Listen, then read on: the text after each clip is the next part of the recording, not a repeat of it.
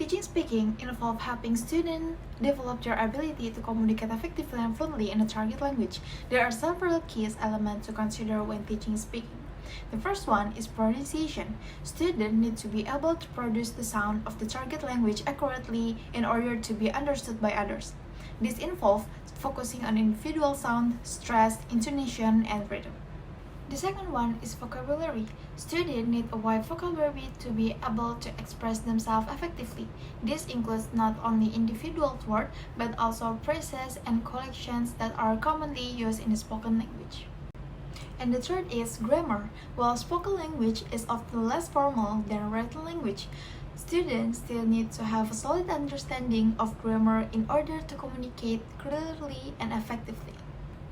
And the fourth is fluency.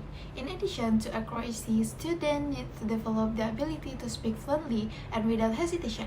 This involves practicing speaking at a natural pace, using appropriate filler and discourse markers, and developing strategies for dealing with communication breakdown. And the last is listening. Effective speaking also requires a good listening skill.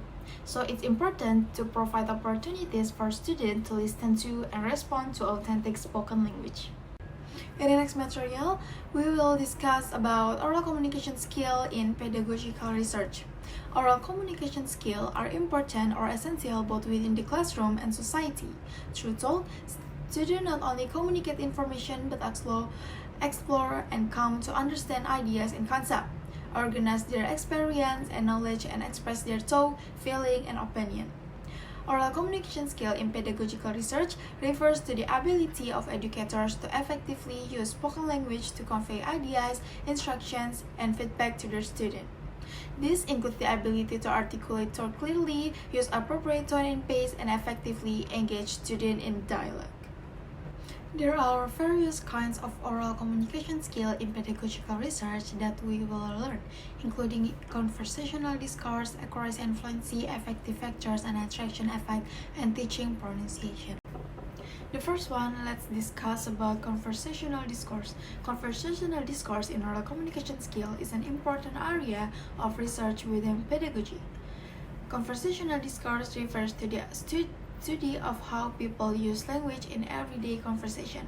Pedagogical research and conversational discourse look at how learners for a foreign language can improve their ability to engage in natural and meaningful conversation with native speakers.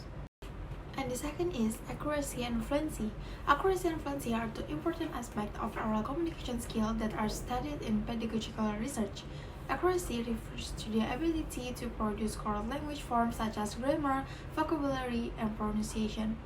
Accuracy is important because it helps learners to be understood by others and to convey their intended meaning clearly. In pedagogical research, accuracy is often emphasized in the early stage of learning language when learners are still building their basic language skill. Fluency, on the other hand, refers to the ability to speak smoothly and at a natural pace without undue hesitation or pauses. Fluency is important because it allows learners to communicate more effectively in a real-world situation. In pedagogical research, fluency is often emphasized as learners become more comfortable with the language and again confident in their ability to communicate. And the third is effective factors. In pedagogical research, effective factors are used to understand how they impact second language learners' abilities to communicate effectively in oral setting. And the fourth is instruction effect. The instruction effect in oral communication skill in pedagogical research refers to the joint influence of two or more factors on the development of communication skill in learners. This means that the impact of one factor may depend on the presence or absence of other factors. For instance, the instruction effect between the teacher's feedback and the nature of the task given to learners may determine the extent to which the learners improve their oral communication skill. The last one is teaching pronunciation. Teaching pronunciation in oral communication skill is an important aspect of pedagogical research. Pronunciation refers to the way in which sound of a language are produced and combined to form words and sentences. Good pronunciation is essential for effective communication in the foreign language and can impact the clarity and comprehensibility of the speaker's message. Okay, the next material is types of spoken language. There are two types of language, formal and informal. In general, someone uses formal speaking in teaching learning process like the teacher and student. Informal speaking is when someone speaks with friends and family. Friendly on his article stated that in all languages, the forms people use when speaking formally are different from those used informal. In English, someone tends to use formal speech with strangers and people of higher status, and informal speech differentiated in two basic ways by style and content. Formal speech is characteristic by embedding and a tendency toward more complex sentences as opposed to fragment. Informal is characterized stylistically by omissions, elisions, reductions, and sometimes a faster speaking rate. What makes speaking difficult? First is clustering. It is fluent speech is prosal, not word by word. Learner can organize their output cognitively and physically through such clustering. Second is redundancy. It is the speaker has an opportunity to make meaning clearer through the redundancy of language. Third is reduced forms. It is constructions, elisions, reduced vowels, all form spatial problem in teaching spoken language. Fourth is performance variables. It is process of thinking as you speak allows you to manifest a certain number of performance hesitations, pauses, backtracking, and correction. 5 is colloquial language. It is make sure your students are reasonably well acquainted with words, idioms, and phrases of colloquial language, and that they get practice in producing these forms. 6 is rate of delivery. It is one of your tasks in teaching spoken English is to help learners achieve an acceptable speed along with other attributes of fluency. 7 is stress, rhythm, and intonation. It is our important characteristic of English pronunciation. The stress, time, rhythm of spoken language and its intonation patterns convey important message. And last, its interaction. It is learning to produce waves of language in a vacuum without interlocutors will drop speaking skills of its richest component, or the creativity of conversational negotiation. Alright, for the next material is micro skills of oral communications. Micro skills are specific, observable behaviors or actions that individuals use to communicate effectively in different contexts. The micro skills of oral communication in teaching speaking refers to the specific techniques and abilities that teachers use to effectively communicate information and ideas in spoken English to their students. It is a critical aspect of teaching English as a second language or ESL or teaching English as a foreign language or EFL, since oral communication is a fundamental component of language learning. Adapted from Jack Richards in 1983, many of the same micro skills apply. In the micro skills of oral communication, the implication is important to focusing on both the forms of language and the functions of language. Teaching oral communication is just like a picture. We don't limit student attention to the whole picture, even though that whole picture is important, but we also help students to see the pieces and small parts of language that make up the whole. So language students need to be shown the details of how to convey and negotiate the evolutive meanings of language. Adapted from Jack Richards in 1983, many of the micro skills of oral communication apply, such as: first, produce English stress patterns, words in stress and unstressed positions, rhythmic structure, and intonational contours. The second, monitor your own oral production and use various strategic devices such as pauses, fillers, self-corrections, and backtracking. The third, use grammatical word classes such as noun, verbs, pluralization, orders, patterns, rules, and etc. And Types of classroom speaking performance. According to Brown in his book titled Teaching by Principles, there are 6 similar categories of classroom speaking performance of oral production that students are expected to carry out in the classroom. The first one is imitative. In imitative classroom activities, the focus is not on meaningful interaction, but rather on studying language elements separately. Drilling also plays an effective role in imitative classroom speaking tasks. It hereby provides students with the ability to listen and repeat orally the grammatical and phonological language forms. Taking into account that drillings rely on repetition, they should be short, simple, controlled, limited, and comprehensive for learners. The second is intensive. Intensive speaking surpasses imitation to include any speaking performance to practice phonological or grammatical language forms. In other words, students practice intensive speaking by focusing on words or sentences instead of one specific sound. This type of performance can be practiced either individually or in pairs. The kind of activities that can be applied to this category, such as reading paragraph, reading dialogue with partner in turn, reading information from chart, etc. The third one is responsive. A good deal of student speech in the classroom is responsive. The kind of activities are short replies to teacher or student-initiated questions or comments. These replies are usually sufficient and do not extend into dialogue.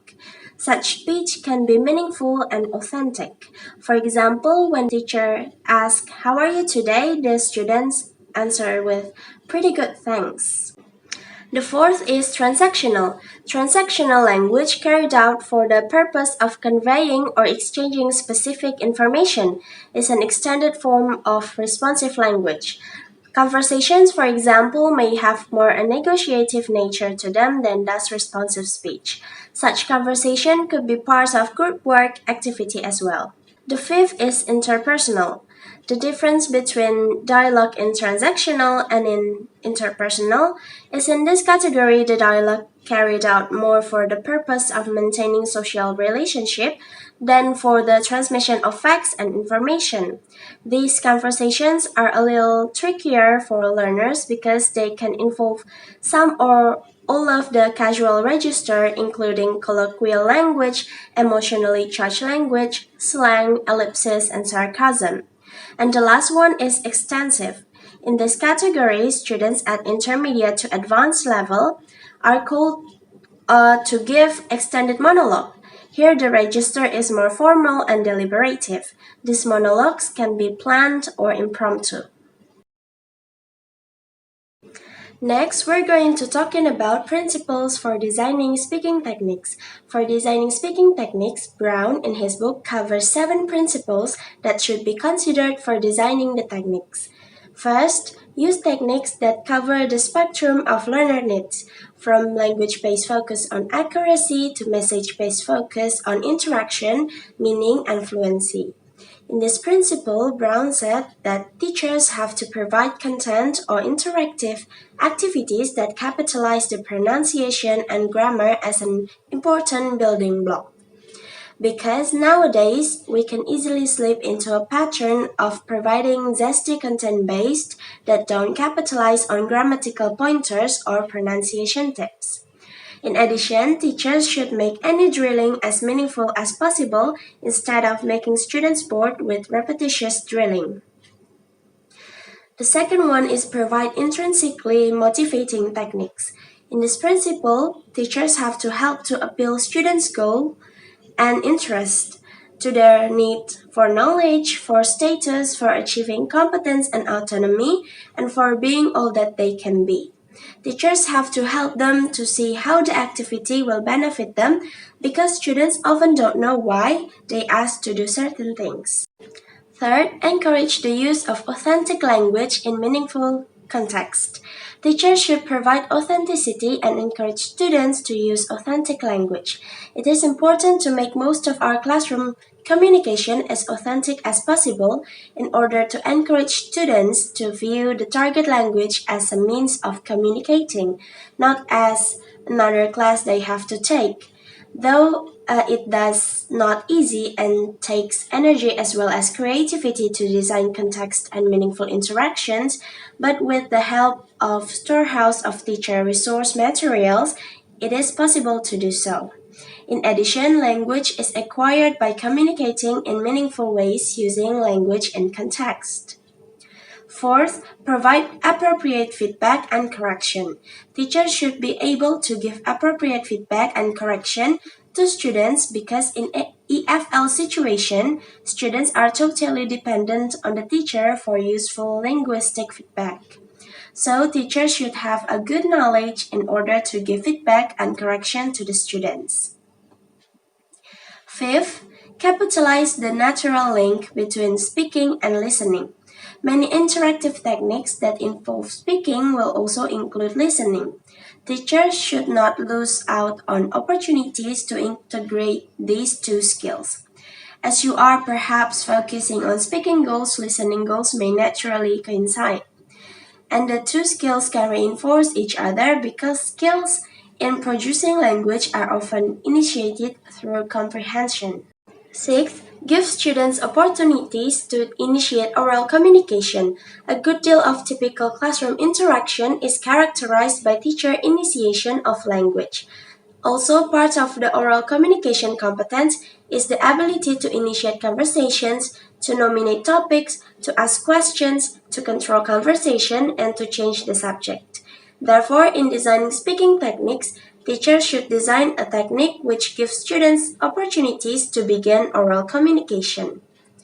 And the last one is encourage the development of speaking strategies. Since some students are not aware of developing their own strategies for carrying out oral communication, teachers have to help them. Teachers can create a classroom environment that can make students get opportunities to practice strategic competence. Strategic competence is the knowledge of how to use one's language to communicate intended meaning, such as asking for clarification, asking someone to repeat something, using fillers, using conversation maintenance cues, getting someone's attention, and so forth.